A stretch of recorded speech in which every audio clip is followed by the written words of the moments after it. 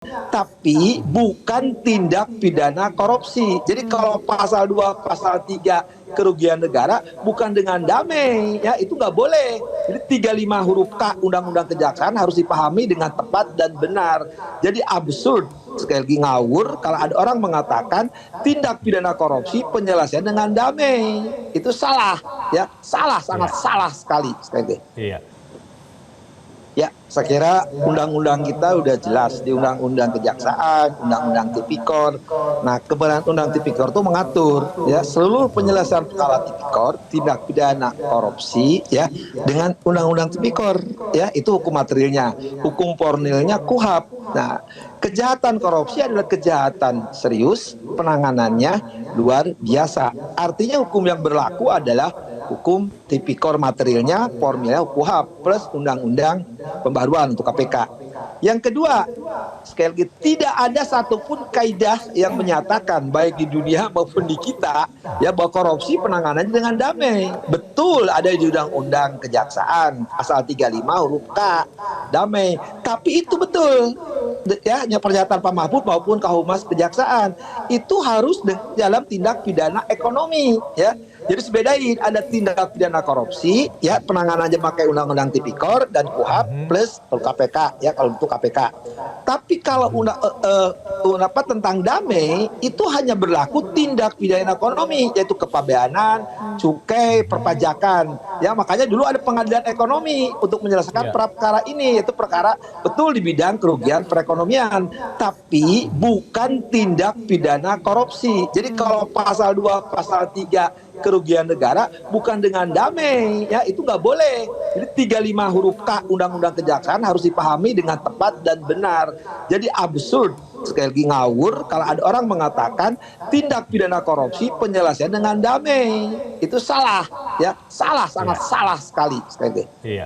Tapi terkait dengan gerasi amnesti abolisi apakah ini juga berlaku untuk koruptor?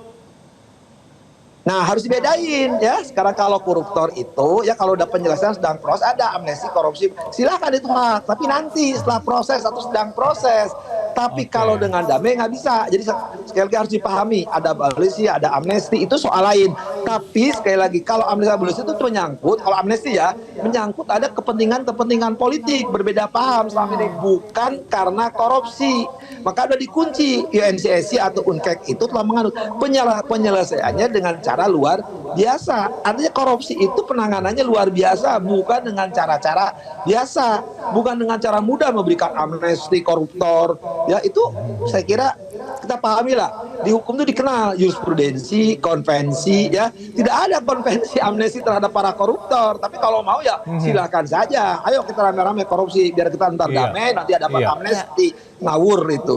Kedua, intinya, abolisi sedang proses. Kalau sedang proses korupsi, hormati. Ada kejaksaan, ada KPK, ada kepolisian. Biar selesai. Mereka punya hak ya. Ada SP3, ada otoritas dari Kejaksaan Agung. Tapi kalau dengan damai atau lagi dikasih amnesti, dikasih abolisi perkara korupsi, saya nggak tahu.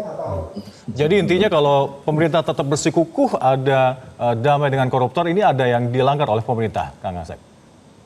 Ya, kita kan negara hukum. Sekali lagi jelas di konstitusi. Bahkan di Undang-Undang 40 dikatakan hukum acara itu dengan undang-undang. By the way, dengan undang-undang. Bayangan, dalam undang-undang maupun peraturan perundang-undangan aja nggak boleh.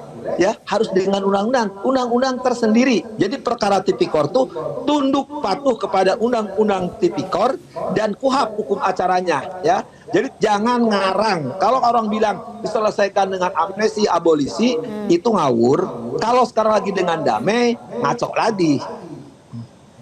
Tapi kalau misalnya menurut dari pernyataan Menkum kemarin ini adalah untuk membela sebenarnya pernyataan dari Presiden Prabowo Subianto. Bagaimana Anda melihat hal ini?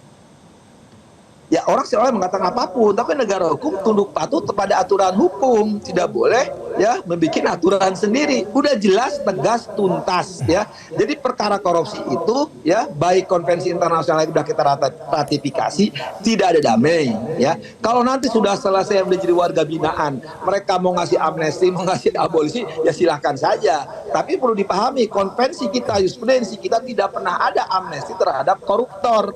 Sekarang cari bandingannya. Malah kan paling contoh 6 ya miliar sekian mati di tempat lain. Di kita 300 triliun 6,5 tahun ya. Tapi sekali lagi itu putusan pengadilan. Cuman masalahnya gini, kalau nanti ada ya denda sekarang, aturannya gimana? Dendanya ke siapa? Kan kita belum ajas praduga tak bersalah. Ya orang-orang kalau dinyatakan koruptor atau bersalah terus putusan hakim. Nah sekarang kalau damai, loh orang tidak ada putusan kok damai? Apalagi misalkan menyatakan saya koruptor, ayo damai. Damai itu darmaji, dar 5 ngaku siji. Ya, nah, selesai kan? Itu jadi masalah, harus diatur dengan undang-undang. Makanya undang-undang tipikor jelas tegas mengatur proses dulu. Nah kalau sudah diproses, silahkan. Udah ada putusan hakim, dia biar denda sekian, pengganti sekian, nggak ada. Ya, tapi dendanya bukan denda damai. Sekali lagi, denda damai dimasuk 35 huruf K Undang-Undang Kejaksaan itu hanya tindak pidana ekonomi. Jadi bedakan tindak pidana ekonomi dengan tindak pidana korupsi. Dua hal yang berbeda. Sekali lagi, udah jelas di penjelasan 35K itu, denda damai itu untuk tindak pidana ekonomi. Kalimatnya jelas, tegas, tuntas, yaitu perpajakan, kepabeanan, cukai. Kalau dulu itu kan diadopsi dari tindak pidana dulu, tindak pidana ekonomi ya, ketika ada pengadilan ekonomi. Nah itu untuk nah soal sekarang ya pemerintah akan memberikan sesuai konstitusi, sekali lagi ya itu pahami, pidana itu diatur dengan undang-undang, bukan undang-undang dasar. Undang-undang dasar cantolannya, sekali lagi nulum delictum, pahami itu. Jadi kalau sekarang mengaitkan ke undang-undang dasar 45 ada amnesti, ada abolisi, silahkan proses dulu. Kang Ya, Asep, setelah diproses. Ya, apakah ada implikasi? Terus? Apa implikasinya jika aturan denda damai koruptor ini diterapkan? Ya menyalahi hukum, menyalahi undang-undang. Ya kalau orang menyalahi undang-undang, ya harus diproses juga siapapun yang bertentangan dengan undang-undang.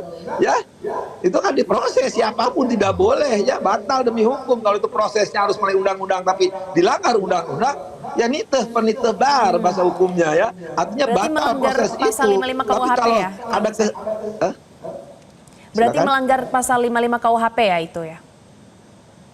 Bukan, 5 KUHP penyertaan. Jadi gini, kalau sekarang ada koruptor pertama pakai denda, itu melanggar Undang-Undang Kejaksaan, ya, pasal 35 huruf K, ya, di penjelasannya jelas, huruf jelasnya jelas. Kemudian melanggar Undang-Undang Tipikor, melanggar KUHP. Karena seluruh tindak pidana korupsi aturannya ada, yaitu tindak pidana korupsi itu hukum materialnya, hukum acaranya KUHP, ya tadi saya katakan itu pakai aturan. Malah asasnya korupsi itu adalah tindak pidana ya luar biasa, ya sekali lagi penanganannya luar biasa. Jadi itu harus dipegang, bukan dengan cara denda.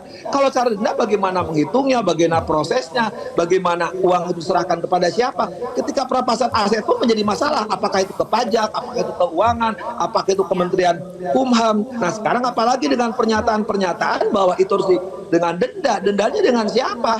Ya deges kepada siapa gitu kan. Nah ini perlu dipahami, denda itu hanya tindak pidana ekonomi.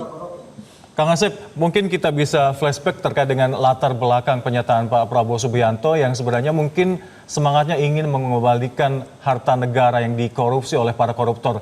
Apakah bukan lebih baik undang-undang perampasan aset untuk segera disahkan? Itu yang benar. Jadi sekali lagi kita semangati semua, kita hormatilah pernyataan presiden ya bahwa orang yang melakukan korupsi tobat, oke. Kedua, tapi harus diproses. Nah, ketika diproses nanti dia dijatuhi hukuman ya karena terus terang mengakui dan mau menyerahkan, mungkin keringanan putusan. Kedua, nanti ada denda, ya ada ganti rugi. Nah, lebih hebat lagi kalau ada undang-undang perampasan aset. Jadi dirampas asetnya untuk negara, itu lebih jelas, lebih komplit gitu kan. Jadi plus gitu kan. Nah, jadi kalau ada pakai perampasan aset, cuma masalahnya perampasan aset tidak mungkin diundangkan karena kita tahu ya. Kan kalau tinggal udah ke DPR tinggal mengundangkan kok susah amat ya. Nah, masalahnya sekarang orang tidak boleh dihukum kalau nggak ada undang-undangnya. Kebetulan ada undang tipikor, pencucian, udah gunakanlah itu yang ada. Karena orang tidak boleh dihukum dengan tanpa undang-undang. Kalau berharap undang-undang perampasan aset termasuk yang pesimis, harusnya kan jangan lama juga diundangkan. Tapi kita pahamlah kenapa perampasan aset tidak diundangkan dengan cepat, ya nanti takut orang-orang itu kena gitu kan, tanpa sebanyaknya. Jelajahi cara baru mendapatkan informasi. Download Metro TV Extend sekarang.